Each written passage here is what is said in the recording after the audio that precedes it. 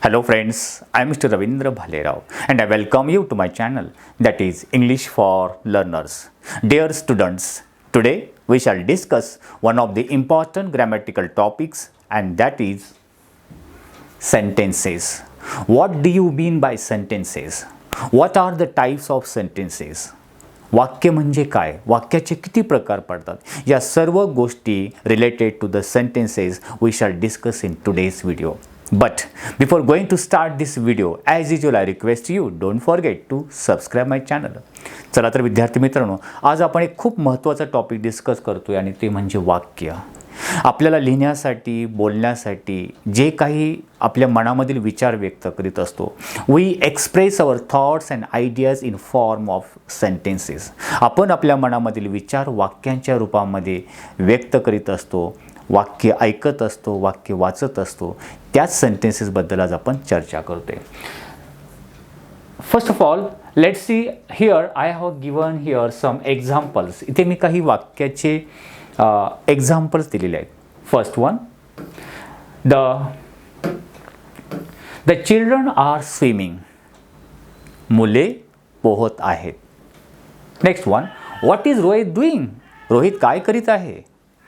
Next one, we can not win the match. आपण match जिंकू शकत नाही. Next sentence, will you help me. तुम्हाला मदत करशील का, या तुम्ही मला मदत कराल का, या अर्थाने. What a beautiful scene it is. काय सुंदर दृश्य आहे ते. Next, tell me the truth. खरं काय ते मला सांग. Next one, please give me your pen. कृपया मला तुझा पेन दे. Next one, how surprising gift it is. काय आश्चर्यकारक हे गिफ्ट आहे. So these are examples of sentences. हे वाक्य आहेत. जर एखाद्याने प्रश्न विचारला, why it is called sentences, यांना वाक्यच का म्हणायचं. What is the definition of sentence. वाक्याची व्याख्या, डेफिनेशन काय होऊ शकते, विचार करा. समजा द चिल्ड्रन आर स्विमिंग. ठीक आहे, तुम्ही सेंटेन्स बोलाल, पण Y it is called sentence, ते आता आपण बघूया. What is sentence. वाक्य म्हणजे काय. I have given here sentence. Definition, व्याख्या दिलेली आहे ती बघा. अ sentence is a group of words. वाक्य जे असतं ते शब्दांचा समूह असतो. तसे ते बघा, द चिल्ड्रन आर स्विमिंग. इथे द चिल्ड्रन आर स्विमिंग हे शब्द आहे आणि त्यांचा ग्रुप आहे. काय म्हटलं आहे, अ sentence is a group of words. पण पुढे काय म्हटलं ते नीट लक्षात घ्या. दॅट एक्सप्रेसेस, तो शब्दांचा समूह व्यक्त करीत असतो किंवा शो करीत असतो, दाखवित असतो. काय, a complete thoughts or sense. एक पूर्ण अर्थ त्याच्यामधून व्यक्त होत असतो. आता हे वाक्य बघा, the children are swimming. It is a group of words. Okay, आणि इट एक्सप्रेसेस अ मिनिंग. आणि तो एक अर्थ दाखवतो. काय अर्थ आपल्याला समजतो. The children are swimming. मुले पोहत आहेत. आता जर एखाद्याने हेच शब्द या प्रकारे लिहिले, स्विमिंग,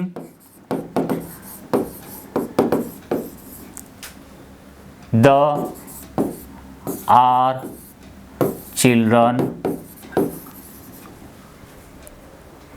हे पण ग्रुप ऑफ वर्ड्स आहे. चिल्ड्रन आर म्हणजे हे शब्द आपण खाली असे या क्रमाने लिहिले. Can we say it is a sentence. No. Yes, it is a group of words. But what is lacking. याच्यामध्ये काय कमतरता आहे. It does not have sense or meaning. हा ग्रुप ऑफ वर्ड्स किंवा शब्दांचा समूह जरी असला, पण त्याच्यामधून अर्थ व्यक्त होत नाही आहे, म्हणून ते वाक्य नाही. वाक्य कशाला म्हणायचं, की ज्या शब्दांच्या समूहामधून एक सेन्स, एक अर्थ आपल्याला समजून येतो किंवा दिसून येतो, that is called sentence. Now you might have understand the definition of sentence. वाक्याची व्याख्या तर तुम्हाला समजली असेल. The sentence is a group of words that expresses a complete thought or sense. आणखीन सेंटेन्सबद्दल आपण काय म्हणू शकतो. A sentence must have subject verb. सेंटेन्समध्ये मिनिंग येण्यासाठी किंवा अर्थ येण्यासाठी त्याच्यामध्ये कर्ता, सब्जेक्ट आणि वर्ब असणं कंपल्सरी आहे. For example, the children are swimming. याच्यामध्ये द चिल्ड्रन हे सब्जेक्ट आहे आणि स्विमिंग हा काय आहे, वर्ब आहे. इथे पुढे काय म्हणलं, but it may or may not have an object. त्याच्यामध्ये ऑब्जेक्ट असेल इट्स ओके, नसेल तरी काही हरकत नाही. सब्जेक्ट आणि वर्बवरून तो मिनिंग कंप्लीट होऊ शकतो.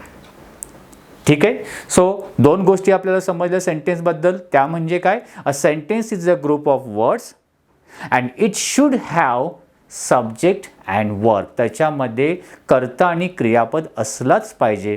Then it will get a meaning or a sense. तरच त्याला एक अर्थ प्राप्त होईल. Now let's see the next sentence. What is Rohit doing.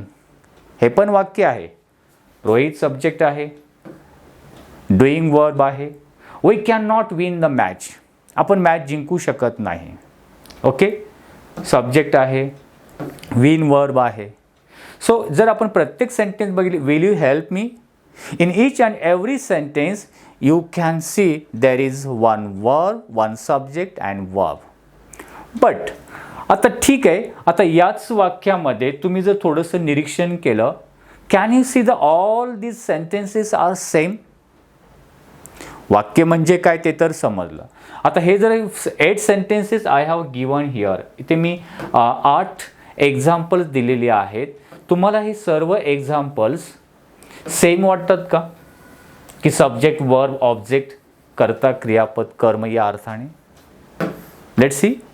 The children are swimming. What is Rohit doing. इथे प्रश्न आहे, इथे शेवटी फुल स्टॉप दिलेला आहे. ओके.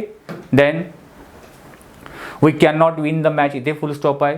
सो थोडंसं आपण if we observe all these examples then we can see there are different types of sentence. इथे काही वाक्याचे वेगवेगळे प्रकार दिसतात. तर हे 2 सेंटेन्स घेतले तर इथे काय क्वेश्चन आहे. ओके. देन हे सेंटेन्स बघा, एक्सक्लेमेटरी मार्क्स आहे. 5th वन आणि 8th वन हे उद्गारवाचक आहे. उद्गार एक्सक्लेमेटरी मार्क्स म्हणजे त्याचे, आणि हे 2 वेगळे आहेत. याला काय बोलतात. आणि तुम्ही जर नीट बघितलं, tell me the truth and please give me a pen, हे 2 सेंटेन्स अलगसे वाटतात. So indirectly we can say the sentence have different types. वाक्यांचे वेगवेगळे प्रकार पडतात. वाक्य म्हणजे काय ते आपल्याला समजलं. आता वाक्याचे ते वेगवेगळे प्रकार कोणते आहेत, त्यांना पर्टिक्युलर इंग्लिशमध्ये नाव काय आहेत ते आता पुढे बघूया.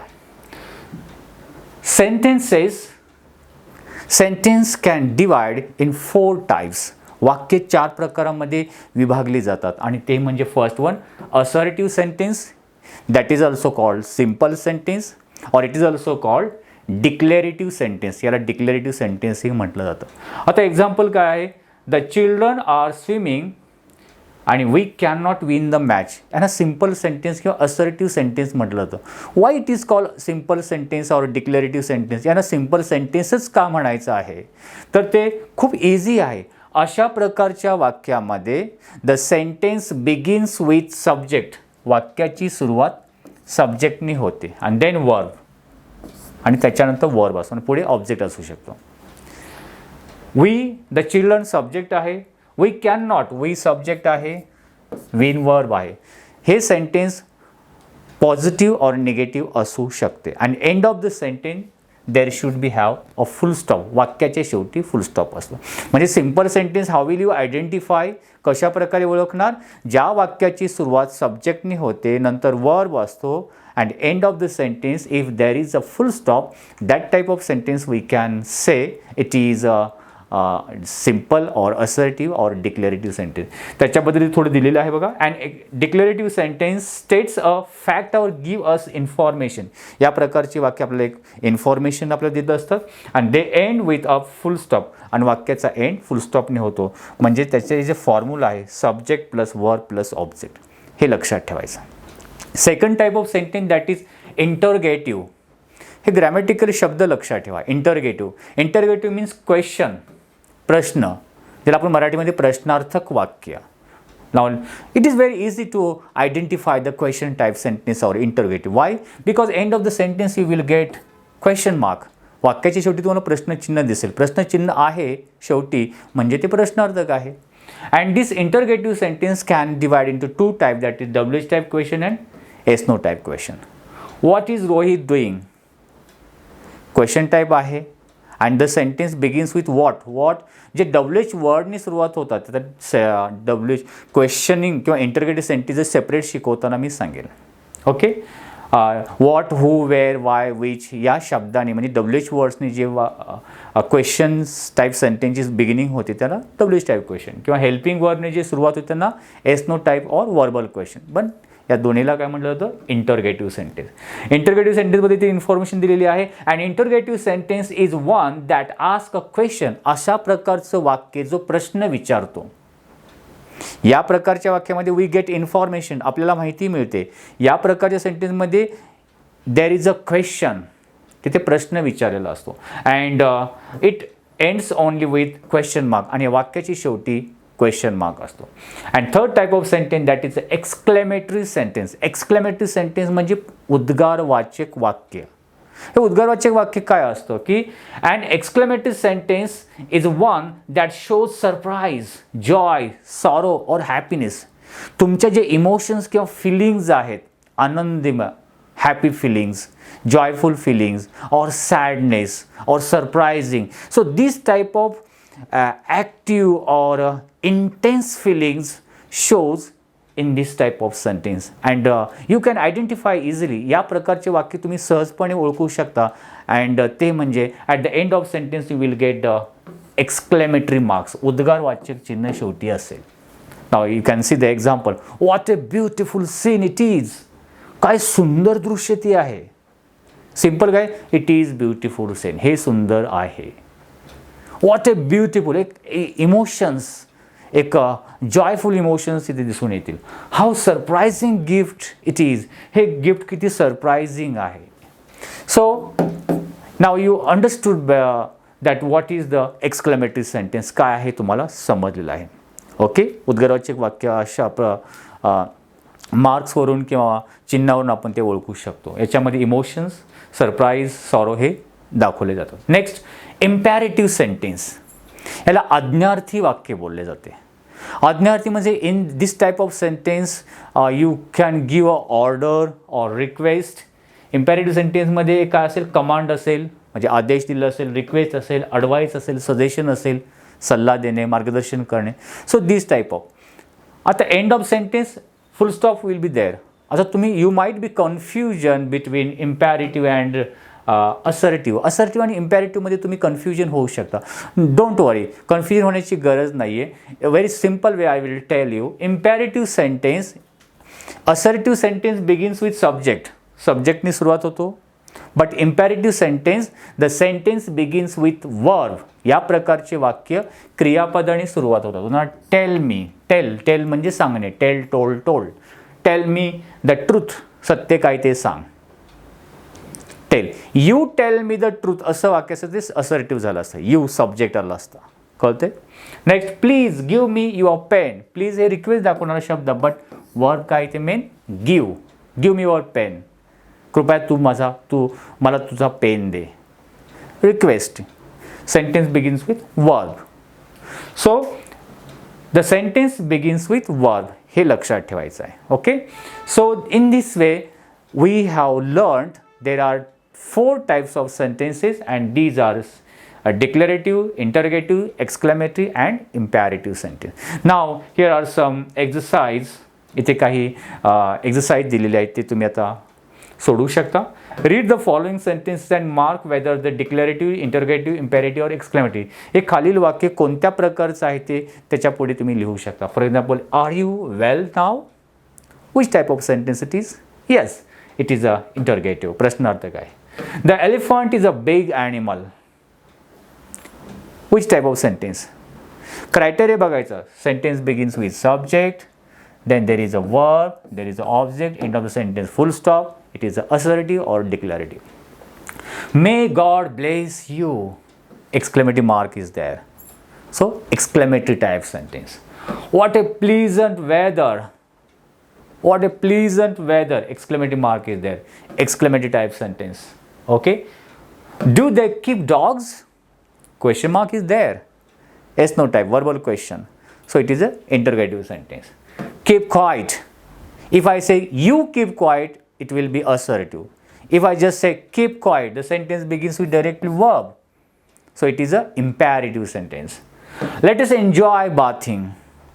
Let नी सुरुवात होणारी वाक्य हे imperative मध्येच असतात. Imperative मध्ये आज्ञार्थी वाक्य हे दोन sentence. Okay. Why were you absent yesterday? Question is asked there. So it is a interrogative sentence.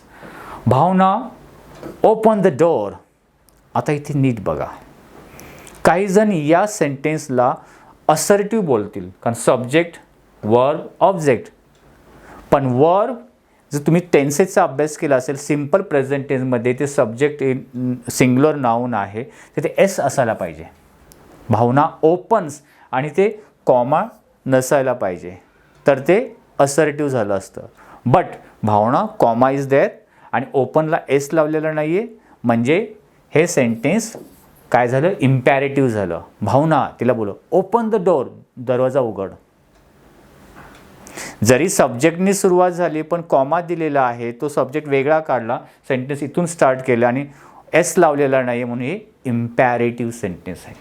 The earth moves around the sun. Subject, verb, object. So it is a assertive or declarative type sentence. So I hope you might have understood the meaning of sentence and its types.